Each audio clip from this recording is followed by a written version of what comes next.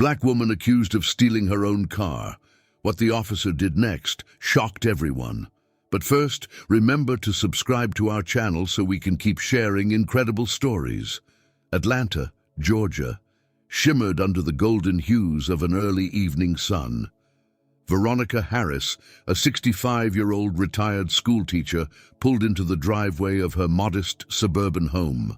Her car, a navy blue sedan she had saved for years to buy, gleamed under the fading light. Veronica, dressed in a neat pastel dress and low heels, carried her groceries with a mix of determination and grace. She was a figure of resilience, a widow who had raised 3 children and mentored hundreds more in her decades-long teaching career. Just as she reached the porch, a sharp, authoritative voice called out behind her, "Excuse me, ma'am, step away from the vehicle." Veronica turned, startled. A young, clean-cut officer in a crisp Atlanta PD uniform, Daniel Foster, approached briskly. His hand hovered near his holstered weapon. His eyes, filled with suspicion, darted between Veronica and her car. "Is this your vehicle, ma'am?" His tone carried an edge of disbelief. "Yes, officer, it is," Veronica responded, her calm demeanor masking a creeping unease. "Can I see some identification and the car's registration?" Daniel demanded. Veronica nodded, setting down her groceries. As she retrieved her wallet from her purse, she couldn't help but notice how Daniel's stance stiffened. She handed over her driver's license and registration with steady hands. "This can't be right," Daniel muttered after a cursory glance. He took a step back, pressing his radio. "Dispatch, I have a possible vehicle theft in progress. Stand by for backup." Veronica's stomach sank. "Officer, there must be a misunderstanding," she said, her voice firm but respectful. "That is my car. I have the paperwork to prove it." Daniel didn't waver. "We'll see about that." The tension escalated as neighbors began to gather, peering out of windows and stepping onto their porches. Whispers spread through the growing crowd, some familiar faces murmuring in disbelief, others watching with quiet anticipation. Veronica's normally quiet neighborhood had transformed into a tense stage.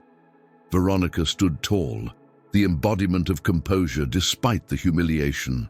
Deep down, she knew this moment reflected something far larger than a single interaction, something systemic, something she had faced in subtle and overt forms throughout her life. The sound of approaching sirens broke the silence, heralding the arrival of backup. Unbeknownst to anyone present, this seemingly routine incident was about to take an extraordinary turn. The arrival of 2 additional patrol cars amplified the tension in the air. Neighbors watched from behind curtains and fences as 3 more officers stepped out, each surveying the scene with measured caution. Daniel Foster, his inexperience betrayed by the rigid grip on his radio, gestured toward Veronica. "She claims the vehicle is hers," he explained tersely to one of the senior officers, Sergeant Kelly, "but something seems off. I've requested verification." Sergeant Kelly, a woman in her mid-40s with a steady gaze, frowned. She turned to Veronica, her expression more reserved than hostile. "Ma'am, would you mind stepping over here while we clear things up?" Veronica complied, her movements deliberate and dignified. "I've already provided my identification and registration," she said. "This is my home. This is my car. What more do you need?" Daniel interjected, "These documents could be forged." Veronica's patience, though vast, began to fray. "Forged?" she repeated, her voice edged with incredulity. "Young man, I've lived here for 30 years. My car is parked in my driveway. What part of that doesn't add up?" The murmurs from the gathered neighbors grew louder. Mrs. Jenkins, a longtime friend of Veronica, stepped forward. "That's Veronica's car, officer," she declared. "She's driven it to the store and to church every week for years. You've made a mistake." Daniel ignored her, his focus on the dispatcher's voice crackling through his radio. "We're still waiting on confirmation, Officer Foster," the dispatcher reported. Meanwhile, the scene was unraveling. A young man, Jamal, one of Veronica's neighbors, pulled out his phone and began recording. "This is ridiculous," he said, his voice loud enough to carry. "All this for a retired schoolteacher trying to get into her own house." The crowd's murmurs shifted into outright commentary. Some accused the officers of racial profiling, others nervously watched, unsure how the situation would unfold. Veronica remained outwardly composed, but inside she felt a simmering mix of anger and humiliation. Her life of quiet dignity, dedicated to educating young minds and raising her family, now reduced to a spectacle on her own front lawn. Sergeant Kelly noticed the growing unrest. "Foster," she said sharply, "enough! Let's slow this down." She turned to Veronica again, softening her tone. "Ma'am, we're just trying to ensure everything checks out. Please bear with us." But Daniel, emboldened by the crowd and perhaps his own insecurity, stepped closer. "She's acting suspicious," he insisted. "She's too calm, like she's trying to cover something up." Before Sergeant Kelly could respond, the roar of a car engine cut through the tense air. A black, unmarked sedan pulled up, and a man in a trench coat stepped out. Detective Harold Monroe, a tall, broad-shouldered black man with graying hair, scanned the scene. His presence carried an immediate authority, quieting the crowd.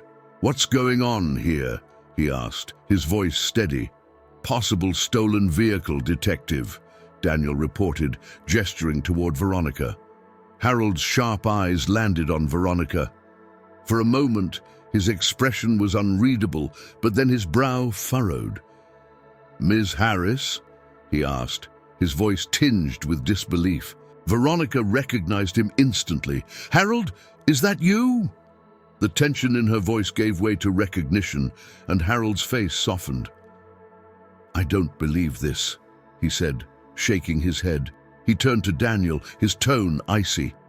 "Officer Foster, you've made a serious mistake." The young officer looked confused. "But sir, the verification—" "Enough," Harold interrupted, holding up a hand. "Uncuff her, now." The crowd's reaction was immediate, a mixture of applause, relieved sighs, and murmured exclamations. Veronica's composure wavered for the first time as the cuffs were removed. She rubbed her wrists, her gaze steady on Harold. "Thank you," she said quietly. Harold nodded, but wasn't finished. He turned to Daniel. "You've got a lot to learn about policing, son, starting with how to recognize when you've let prejudice cloud your judgment." Daniel's face flushed with embarrassment, but Harold's attention was already back on Veronica. "Let's get you inside, Ms. Harris," he said, "and I'll be filing a report on this incident myself." As Veronica walked toward her porch, she felt the weight of the ordeal lift slightly, but a lingering question remained. Would this moment be the catalyst for real change, or just another chapter in a long, unjust history? Inside her home, Veronica sat at her dining table, her hands trembling slightly as she sipped a cup of chamomile tea. Detective Harold Monroe sat across from her, his expression a mix of embarrassment and anger. Outside, the crowd was dispersing, but murmurs and the occasional flash of a cell phone camera lingered in the air. "Ms. Harris," Harold began, his voice low, "I am so sorry for what just happened. I can't even begin to express—" "Harold," Veronica interrupted, her tone calm but firm. "You and I both know this isn't about you. This is about a system that allows people like that young officer to assume that someone like me couldn't possibly own something of value." Harold nodded, his jaw tightening. "You're absolutely right. And that's why I'm going to ensure this doesn't get swept under the rug." Veronica gave him a pointed look. "I've heard that before. Promises of change, apologies that lead nowhere. How are you going to make this different?" Harold leaned back in his chair, momentarily at a loss for words. He had joined the force decades ago with dreams of making a difference. But moments like this reminded him of how far the road still stretched. "Ms. Harris," he said after a pause, "you don't know this, but you've already made a difference in my life." Veronica raised an eyebrow, curious but skeptical. "You probably don't remember me," Harold continued. "I was in your 11th grade history class. Back then I was just a kid from the wrong side of town, getting into trouble. But you saw something in me when nobody else did." Veronica blinked, the weight of his words beginning to sink in. "Harold Monroe," she said slowly, as if testing the name on her tongue. "You were the one who wrote that essay on Frederick Douglass?" Harold chuckled, a warm, genuine sound. "That's me. You gave me an A- and said I could do better." A faint smile crossed Veronica's lips. "Because you could. And you did." Harold leaned forward, his voice filled with conviction. "And I'm going to do better now. I promise you this incident won't just fade away. Officer Foster will face disciplinary action, and I'll personally ensure that our department undergoes racial bias training. It's the least we can do." Before Veronica could respond, a knock at the door interrupted them. Harold stood to answer it, revealing Daniel Foster, his hat in hand and his face pale. "Detective Monroe," Daniel stammered. I wanted to apologize." Harold stepped aside, allowing Daniel to enter. Veronica's gaze was steady as the young officer approached her, visibly nervous. "Ma'am," Daniel began, his voice shaky, "I came to say I'm sorry. I was wrong. I let my assumptions get the better of me, and I shouldn't have treated you the way I did." Veronica studied him, her expression unreadable. "You shouldn't have," she agreed. "But the question is, what are you going to do about it now?" Daniel blinked, clearly unprepared for her directness. I don't know," he admitted, "but I want to learn. I want to be better." Veronica glanced at Harold, who nodded subtly. She turned back to Daniel, her tone softening slightly. "Then you'll need to listen, Officer Foster, not just to me, but to the people in this community. You need to understand what it's like to be judged before you've even spoken a word." Daniel nodded, a flicker of determination lighting in his eyes. "I'll do whatever it takes, ma'am." Harold stepped forward, placing a hand on Daniel's shoulder. "We'll start with mandatory training and community outreach. You'll be working with me on this." Daniel looked relieved, though still overwhelmed. "Thank you, Detective." Veronica sighed, the weight of the day pressing heavily on her. "Apologies are a start," she said quietly, "but actions are what matter. We'll see what you do, Officer Foster." The room fell into a contemplative silence, the air thick with unspoken emotions. Outside, the sun had set, casting the neighborhood in soft twilight. But within the walls of Veronica's home, something had shifted, a glimmer of accountability, perhaps even hope, had begun to take root. By the next morning, the incident outside Veronica Harris's home had become a viral sensation. Footage recorded by neighbors and passers-by flooded social media with hashtags like "Justice for Veronica" and "Change the System" trending nationwide. The video of Veronica's composed dignity and Officer Daniel Foster's escalating assumptions sparked widespread outrage and an urgent conversation about racial profiling. At the Atlanta Police Department, the pressure was immense. Calls for reform came from local leaders, national organizations, and even within the department itself. Police Chief Sandra Riggs held an emergency press conference acknowledging the severity of the incident. "What happened to Ms. Veronica Harris is unacceptable," Chief Riggs stated firmly. "Our officers are sworn to protect and serve, not to perpetuate bias or mistrust. We will conduct a thorough investigation and take immediate action to prevent such incidents in the future."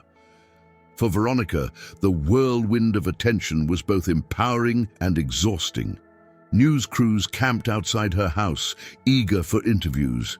Community leaders visited, offering their support, yet for all the external chaos, Veronica maintained her focus. She wasn't interested in being a fleeting headline. She wanted meaningful change. When she agreed to an interview with a prominent national network, she made her intentions clear. Sitting on her front porch, wearing her signature calm expression, she addressed millions of viewers. "This is not just about me," she began. "It's about the countless people who face these humiliations every day, people whose names and stories we'll never hear.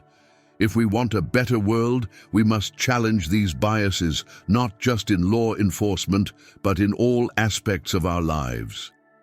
The interviewer leaned forward. "Ms. Harris, do you believe real change is possible?" Veronica met the question head-on. "I've spent my life teaching young minds that they can be better, do better. If I didn't believe in the potential for change, I couldn't have done that work. But belief isn't enough.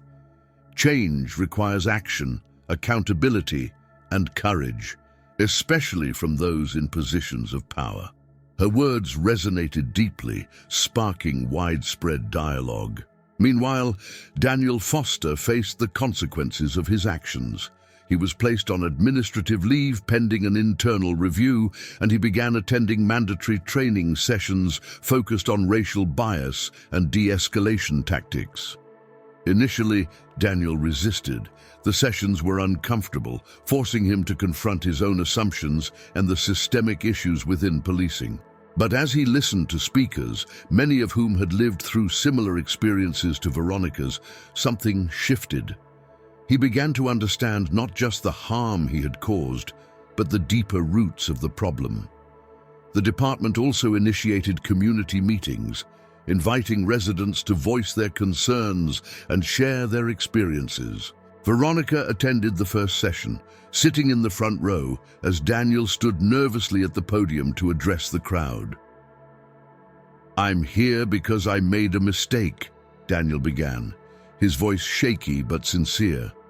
"And because I want to learn how to do better.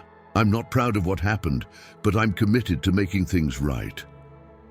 The room was silent for a moment before a single voice spoke up. It was Veronica.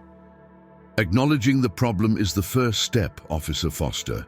Now let's see how you walk the path forward." The crowd erupted into applause, not for Daniel's words, but for Veronica's enduring strength and grace. As weeks passed, the ripple effects of the incident grew. Local schools invited Veronica to speak about resilience and community building. Grassroots organizations reached out to collaborate on police reform initiatives. Even Chief Riggs sought her guidance in crafting new department policies aimed at rebuilding trust. For Veronica, the journey was far from over. She knew systemic change wouldn't come overnight. But as she sat in her living room one evening, surrounded by letters of support and thanks, she felt a flicker of hope.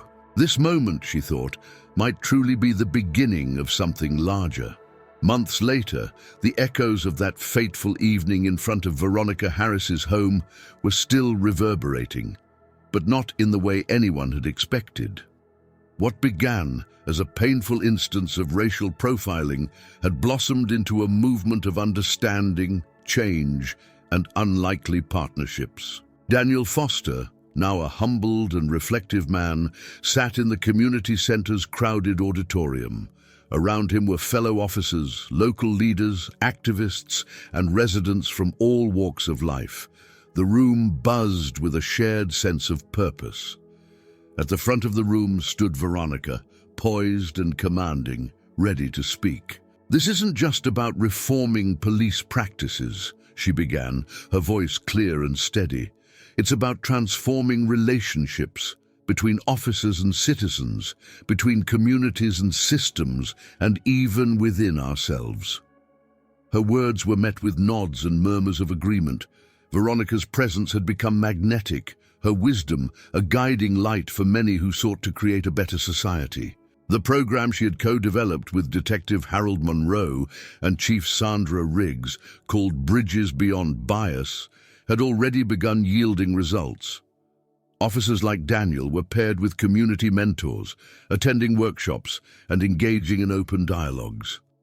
The sessions were raw, emotional, and often difficult, but they created connections that had once seemed impossible. After Veronica finished her speech, Daniel rose to address the crowd. Public speaking was still a challenge for him, but this time, he wasn't the same man who had stood in Veronica's driveway months ago. "When I first met Ms. Harris, I failed her," Daniel admitted, his voice filled with regret. "I let my biases control my actions, but she didn't just call me out, she called me up. She challenged me to be better, and I'm trying to honor that every day." The applause that followed was genuine, a testament to the progress he had made. But the most remarkable transformation came when Veronica proposed something unprecedented, a pilot program to train officers in empathy and cultural competence, hosted in partnership with community leaders.